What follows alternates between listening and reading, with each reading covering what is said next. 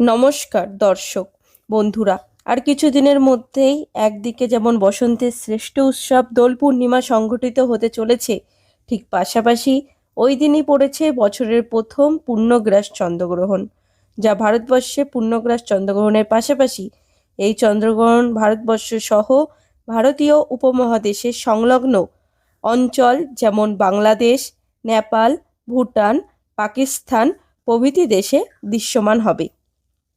ফলে সম্ভবতই দোল পূর্ণিমার দিন সংঘটিত এই যে চন্দ্রগ্রহণ, এই চন্দ্রগ্রহণের প্রভাব নিশ্চিত যথেষ্ট পরিমাণে থাকবে, সে কথা বলাই বাহুল্য। বন্ধুরা, আজ এই ভিডিওর মাধ্যমে আগামী ৩রা মার্চ মঙ্গলবার দোল পূর্ণিমার দিন সংঘটিত পূর্ণগ্রাস চন্দ্রগ্রহণ সম্পর্কে যাবতীয় বিষয় আপনাদের সামনে ব্যক্ত করব। এই চন্দ্রগ্রহণ কোথায় কোথায় দেখা যাবে, কতক্ষণ থাকবে, দোল পূর্ণিমার দিন সংঘটিত হয় এর কি প্রভাব থাকছে, এই সমস্ত প্রশ্নের উত্তর এই ভিডিওতে আপনাদের সামনে তুলে ধরব। আশা করি এই ভিডিওটি সম্পূর্ণ দেখার পর ৩রা মার্চ সংঘটিত চন্দ্রগ্রহণ সম্পর্কে যাবতীয় বিষয় জানতে সক্ষম হবেন। তাই ভিডিওটি সম্পূর্ণ শেষ পর্যন্ত মনোযোগ সহকারে দেখুন। দেখার পর কোনো রকম প্রশ্ন থাকলে বা মতামত থাকলে তা নিচের কমেন্ট বক্সে অবশ্যই জানাবেন। বন্ধুরা, দোল পূর্ণিমার দিন ৩রা মার্চ মঙ্গলবার সংঘটিত যে চন্দ্রগ্রহণ সেটি একটি পূর্ণগ্রাস চন্দ্রগ্রহণ। পূর্ণগ্রাস চন্দ্রগ্রহণ তখনই হয় যখন সূর্য, পৃথিবী এবং চাঁদ একই সরলরেখায় চলে আসে এবং পৃথিবীর ছায়া চাঁদকে সম্পূর্ণরূপে ঢেকে দেয়। অন্যদিকে পঞ্জিকাতে দেখবেন উল্লেখ রয়েছে এই চন্দ্রগ্রহণ ভারতবর্ষের গ্রস্তোদয় রূপে দৃশ্য। এর অর্থ কী? পঞ্জিকার ভাষায় গ্রস্ত মানে হলো গ্রহণ লাগা এবং উদয় শব্দের অর্থ হলো ওঠা। অর্থাৎ ৩রা মার্চ ভারতবর্ষে যখন চন্দ্রোদয় হবে তখন চাঁদ স্বাভাবিক অবস্থায় থাকবে না, চাঁদ উঠবে গ্রহণ লাগার অবস্থায়, সূর্য ডুববে আর পূর্ব আকাশে তামাটে রঙের লাল এক অদ্ভুত চাঁদ উদিত হতে দেখা যাবে ৩রা মার্চ মঙ্গলবার দোল পূর্ণিমার দিন। বিজ্ঞানের ভাষায় একে বলা হয় ব্লাড মুন। কেন এই চাঁদ সম্পূর্ণরূপে লাল রঙের হবে? কারণ পৃথিবীর বায়ুমণ্ডলের মধ্য দিয়ে যখন সূর্যের আলো যায় তখন নীল রঙের আলো বিচ্ছুরিত হয়ে যায় এবং শুধু লাল রঙেই চাঁদের ওপর গিয়ে পড়ে। ফলে এই গ্রহণের সময় চাঁদকে সম্পূর্ণ লাল রঙের দেখাবে। আর ভারতবর্ষের চন্দ্রোদয়ের সময়কালে যেহেতু এই গ্রহণ দৃশ্যমান হবে, সেই কারণে এই গ্রহণকে ভারতবর্ষের গ্রস্তোদয় চন্দ্রগ্রহণ রূপে গণ্য করা হয়েছে। বন্ধুরা, এবার প্রশ্ন যে এই গ্রহণটি কখন দেখা যাবে, অর্থাৎ গ্রহণটি কখন শুরু হবে, এই প্রসঙ্গে আপনাদের জানাই আগামী 18ই ফাল্গুন ৩রা মার্চ মঙ্গলবার দোল পূর্ণিমার দিন এই গ্রহণটি শুরু হবে দুপুর 3:20 থেকে। এই গ্রহণের মধ্যকালের স্থিতি অর্থাৎ পূর্ণগ্রাস আরম্ভ হবে বিকেল 4:34 থেকে। এই পূর্ণগ্রাসের সমাপ্তি হবে সন্ধ্যা 5:33। গ্রহণের মাঝামাঝি সময় হলো অর্থাৎ গ্রহণ পূর্ণ অবস্থায় থাকবে বিকেল 5:05। এই গ্রহণটি মোক্ষ হবে অর্থাৎ গ্রহণটি ছাড়বে ভারতবর্ষের সময় অনুযায়ী রাত্রি 6:48। এই গ্রহণকে পূর্ণগ্রাসের স্থিতিকাল সময়কাল হলো 59 মিনিট এবং সম্পূর্ণ গ্রহণের স্থিতিকাল সময় হলো 3 ঘন্টা 28 মিনিট। বন্ধুরা, আপনাদের সামনে গ্রহণের যে সময় দিলাম সেটা ভারতীয় সময় অনুসারে, তবে ভারতবর্ষ অনেক বড়, তাই স্থানভেদে সময়ের কিছুটা পার্থক্য থাকবে। অন্যদিকে আপনি ভারতবর্ষের বাইরে অন্য কোনো দেশে যদি থাকেন তাহলে সেক্ষেত্রে এই গ্রহণের সময় সেই স্থান অনুযায়ী কিছুটা পরিবর্তন হবে। আপনারা চাইলে কমেন্টে আমাকে জানাতে পারেন আপনি কোথা থেকে ভিডিওটা দেখছেন, তাহলে আমি আপনাকে গ্রহণের সঠিক সময়টা বলে দিতে পারবো। ভিডিওটায় যদি আমি সমস্ত রাজ্য অথবা দেশ সম্পর্কে বলতে চাই তাহলে ভিডিওটা অনেক বড় হবে আর আপনাদের বেকার টাইম নষ্ট হবে।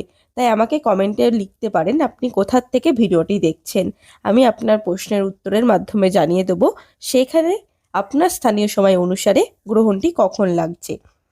এবার বলবো বাংলাদেশের ক্ষেত্রে এই গ্রহণটি ভারতের সময়ে যা বলা হয়েছে তার থেকে আপনি 30 মিনিট আগে করে দেবেন। অর্থাৎ ভারতবর্ষে কলকাতায় গ্রহণ যদি 3:20 শুরু হয় তাহলে বাংলাদেশে এই গ্রহণটি শুরু হবে 2:50।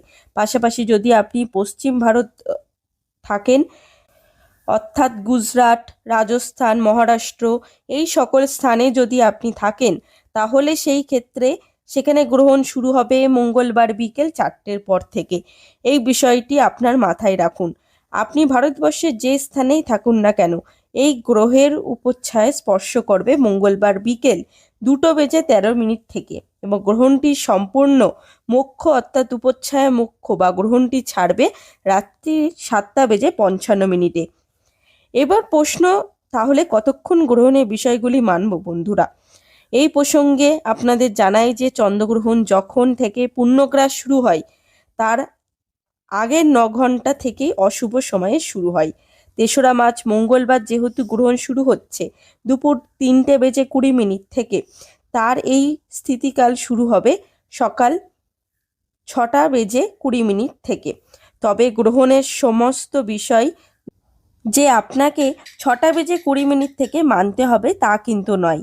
অনেকেই হয়তো বলবেন সকাল থেকে না খেয়ে থাকুন, কিন্তু আমি আপনাদের বলবো দোল উৎসবকে মাটি করবেন না, আপনারা আনন্দ করুন। পঞ্জিকায় প্রমাণ দেখুন, ক্ষতাশৈত্যে দানাদি বিহিত, অর্থাৎ শরীর খারাপ হলে বা বিশেষ প্রয়োজনে নিয়মের রদ বদলের শাস্ত্রে স্বীকৃত। তাই সুস্থ মানুষেরা যে সময় থেকে গ্রহণের উপচ্ছায়া শুরু হচ্ছে অর্থাৎ গ্রহণের উপচ্ছায়া প্রবেশ করছে সেটা হলো দুপুর 2:13 থেকে। এই সময় থেকেই কিন্তু গ্রহণের বিষয়গুলি মানার চেষ্টা করবেন। কিন্তু যদি আপনি তাও না পারেন, তাহলে যখন এই প্রধান গ্রহণ লাগছে অর্থাৎ দুপুর 3:20 থেকে এই সময় থেকে যখন গ্রহণ ছাড়ছে অর্থাৎ 6:48 পর্যন্ত, এই 3 ঘন্টা 28 মিনিট সময়, এই সময়টুকু অবশ্যই যাবতীয় বিষয়গুলি মেনে চলার চেষ্টা করবেন। বিশেষ করে পূর্ণগ্রাস সময়টুকু সব থেকে বেশি গুরুত্বপূর্ণ, অর্থাৎ বিকেল 4:34 থেকে 5:33 পর্যন্ত। এই 59 মিনিট, এই সময়টা সব থেকে বেশি গুরুত্বপূর্ণ। আধ্যাত্মিক সাধনার ক্ষেত্রে, বিভিন্ন বিষয় মান্যতার ক্ষেত্রে এই সময়টি সব থেকে অধিক গুরুত্বপূর্ণ। তবে শিশু, বৃদ্ধ এবং অসুস্থদের ক্ষেত্রে শাস্ত্রের এই কঠোর নিয়ম কিন্তু নেই। শাস্ত্রের এই বিষয়ে পরিষ্কার উল্লেখ রয়েছে, জন্ম ও মরণ শৌচে দান বিহিত, কিন্তু দান ও শ্রদ্ধা বিহিত নয়। এর অর্থ হলো মানুষের অবস্থা বুঝে ব্যবস্থা। হ্যাঁ, সুস্থ মানুষেরা অবশ্যই চেষ্টা করবেন দোল পূর্ণিমার দিন দুপুর 2:13 পূর্বে দুপুরের আহার সম্পূর্ণ করে নিতে, এবং পরবর্তী আহার গ্রহণ করবেন সম্পূর্ণ পূর্ণগ্রাস চন্দ্রগ্রহণ ছাড়ার পর। আর এই সময়টি হলো রাত্রি 6:48 পর। বন্ধুরা, দোল পূর্ণিমার দিন গ্রহণ ভক্তদের কাছে এটি একটি বড় পরীক্ষা। অনেকে বলেছেন আনন্দ মাটি হবে। আমি বলবো আনন্দ করুন, কিন্তু সচেতনভাবে। আপনারা দোল পূর্ণিমায় যে বিশেষ পুজো বা রাধাকৃষ্ণের চরণে আবির অর্পণ করবেন তা অবশ্যই গ্রহণ লাগার পূর্বেই সম্পূর্ণ করবেন, আর সেটি হলো দুপুর 2:13 আগেই। এই প্রসঙ্গে আপনাদের জানাই, পূর্ণিমা কিন্তু এই দিন ছেড়ে যাচ্ছে বিকেল 4:59, আর সেই সময় কিন্তু পূর্ণগ্রাস চন্দ্রগ্রহণ চলছে। তাই চন্দ্রগ্রহণের সময়কাল অবশ্যই চন্দ্রগ্রহণের যাবতীয় বিষয়গুলি মেনে চলার চেষ্টা করুন, কারণ এই চন্দ্রগ্রহণ ভারতবর্ষে দৃশ্যমান এবং যা গ্রহদস্ত রূপে দৃশ্য, ফলে এই প্রভাব অবশ্যই থাকছে। এই চন্দ্রগ্রহণে কোন কোন বিষয়গুলি মেনে চলবেন? স্থিতিকালে পুজো, মূর্তি স্পর্শ করা, নতুন কাজ শুরু করা, যে কোনো শুভ কাজ নিষিদ্ধ। উপরোক্ত স্থিতিকালে সময়কালে রান্না করা, খাবার খাওয়া, ভ্রমণ করা, ঘর থেকে বের হওয়া নিষিদ্ধ। এই সময় গর্ভবতী মহিলারা, বৃদ্ধ, শিশু এবং অসুস্থদের ঘর থেকে বের হওয়া উচিত নয়। পূর্ণগ্রাস চন্দ্রগ্রহণ চলাকালীন গর্ভবতী মহিলাদের বিশেষ সতর্কতা, গ্রহণ চলাকালীন আপনারা একেবারেই বাইরে বেরোবেন না। গ্রহণের আলো যেন কোনোভাবেই আপনাদের স্পর্শ করতে না পারে। গ্রহণ চলাকালীন কোনো খাদ্যদ্রব্য গ্রহণ করবেন না, এবং খাদ্যদ্রব্যের ওপর তুলসী পাতা দিয়ে রাখবেন। গ্রহণ চলাকালীন কোনো ধারালো বস্তু, ছুরি, কাঁচি এইসব জিনিস নিয়ে কোনো কাজ করবেন না। গ্রহণ চলাকালীন নিজের ইষ্ট দেবতার নাম জপ করুন, এবং এই সময় কোনো ধরনের ঝগড়া বিবাদ থেকে জড়াবেন না। এই সময় ঠাকুরের নাম জপ করলে, কীর্তন করলে সমস্ত বিপদ আপদ থেকে মুক্তি লাভ হওয়া সম্ভব। বন্ধুরা, তাহলে আপনারা সবাই 3রা মার্চ মঙ্গলবার নিষ্ঠার সঙ্গে চন্দ্রগ্রহণ মানবেন, কেননা এটি কিন্তু ভারতবর্ষে দৃশ্যমান। আজকের ভিডিও তাহলে এখানেই শেষ করলাম। ভিডিওটি যদি ভালো লেগে থাকে একটা লাইক করবেন। এই ধরনের ভিডিও আরও দেখতে আমার চ্যানেলটিকে সাবস্ক্রাইব করবেন। দেখা হচ্ছে আবার একটি নতুন ভিডিওতে। ততক্ষণ ভালো থাকুন, সুস্থ থাকুন। রাধে রাধে।